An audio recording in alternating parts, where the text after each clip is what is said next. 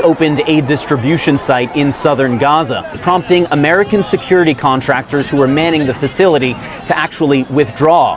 In videos from the scene, you can see crowds of Palestinians climbing over barriers, tearing down fences, desperate to get their hands on what little aid remained at that site. And this is obviously a reflection of just how desperate the humanitarian situation in Gaza still remains following an 11-week Israeli blockade of the Strip that has only just begun to be alleviated with the entry of limited aid over the course of the last week. This marked a chaotic start for the Gaza Humanitarian Foundation, this controversial new U.S. and Israeli-approved aid mechanism for the Gaza Strip. Humanitarian aid agencies at the United Nations, for example, have opposed this new mechanism, calling instead on the Israeli government to let aid flow into the Gaza Strip at the quantities necessary and through independent channels, not through this method, which is closely coordinated with the Israelis. The Gaza Humanitarian Foundation says it was still able to distribute about 8,000 boxes of food, or more than 460,000 meals. They say they have control of that site once again, and it will be operational again on Wednesday. Chaos broke out at an aid distribution site in Gaza, run by a controversial U.S.-backed group on Tuesday, as thousands of desperate Palestinians rushed to receive food supplies, with Israeli troops firing warning shots into the air and the U.S. contractors overseeing the site briefly withdrawing. An 11-week Israeli blockade on humanitarian aid has pushed the enclave's population of more than 2 million Palestinians towards famine and into a deepening humanitarian crisis, with the first resumption of humanitarian aid trickling into the besieged enclave last week. Videos from the distribution site in al-Sultan, run by the Gaza Humanitarian Foundation, GHF, showed large crowds rushing the facilities, tearing down some of the fencing, and appearing to climb over barriers designed to control the flow of the crowd. On Wednesday, Palestinian health officials said one person had been shot dead and 48 wounded during the chaos. The person who was killed died of severe injuries at the Red Cross Field Hospital in Rafah, the officials said. Wafik Kudai, who had come to the site in the hope of receiving aid, said, "They want order, but there will be no order because these are desperate people who want to eat and drink." The Israeli army was shooting in the air and the Americans and their workers retreated, making it impossible to distribute aid to the people. Several residents trying to access the aid told CNN they were grateful for the food they received, but described walking long distances to reach the distribution center, hours-long lines, and general confusion. "The place is very far, and we struggled until we arrived. I'm tired and exhausted. How can they provide food for all these people? There are too many people here. Security will not be able to control them all," Abu Ramzi said. A diplomatic official called the chaos at the site a surprise to no one. The GHF acknowledged the pandemonium, saying the GHF team fell back to allow a small number of Palestinians to take aid safely. This was done in accordance with GHF protocol to avoid casualties, it said. A security source said American security contractors on the ground did not fire any shots and that operations would resume at the site on Wednesday. The Israel Defense Forces said their troops fired warning shots in the area outside the compound and that the situation was brought under control. They denied carrying out aerial fire toward the site. "It's a big failure that we warned against," said Amjad al-Shawa, director of Palestinian Non-Governmental Organizations Network.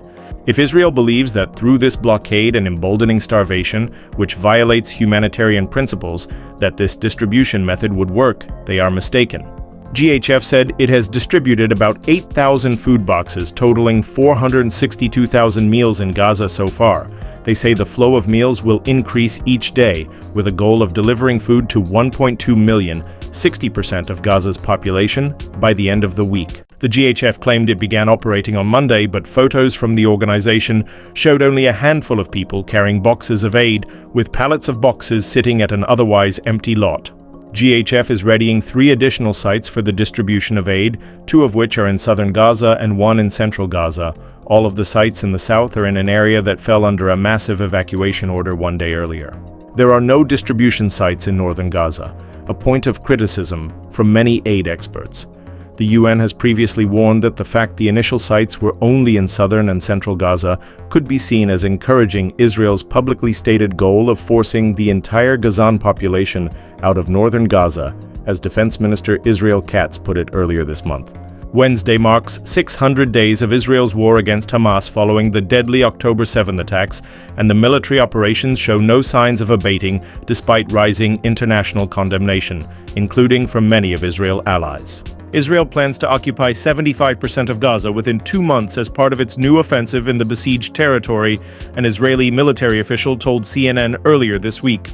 If carried out, the plans would force more than 2 million Palestinians into a quarter of the already decimated coastal enclave, surrounded on nearly all sides by Israeli forces. Israeli Prime Minister Benjamin Netanyahu said earlier this month the entire population would be displaced to southern Gaza.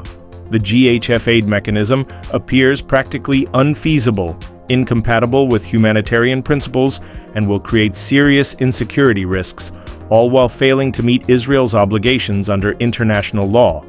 The UN Office for the Coordination of Humanitarian Affairs wrote earlier this month in a document obtained by CNN. In a briefing with reporters on Tuesday, an Israeli military official said that both the new mechanism and the old mechanism under the United Nations are working now. The coordinator of government activities in the territories, COGAT, said 95 trucks entered Gaza on Tuesday. The UN Relief and Works Agency for Palestine Refugees, UNRWA, had earlier said that it is ready, with other humanitarian organizations, to distribute meaningful quantities of aid the moment we are allowed to. Philippe Lazzarini, the Commissioner General of UNRWA, condemned Tuesday's chaotic scenes at the aid distribution point as undignified and unsafe. "We have seen yesterday the shocking images of hungry people pushing against fences, desperate for food. It was chaotic, undignified, and unsafe," Lazzarini said, adding that it is a waste of resources and a distraction from atrocities. Jens Lerke, a spokesperson for the UN Aid Coordination Office, also criticized the GHF aid plan as a distraction from what is actually needed, which is a reopening of all the crossings into Gaza, a secure environment within Gaza, and faster facilitation of permissions and final approvals of all the emergency supplies that we have just outside the border.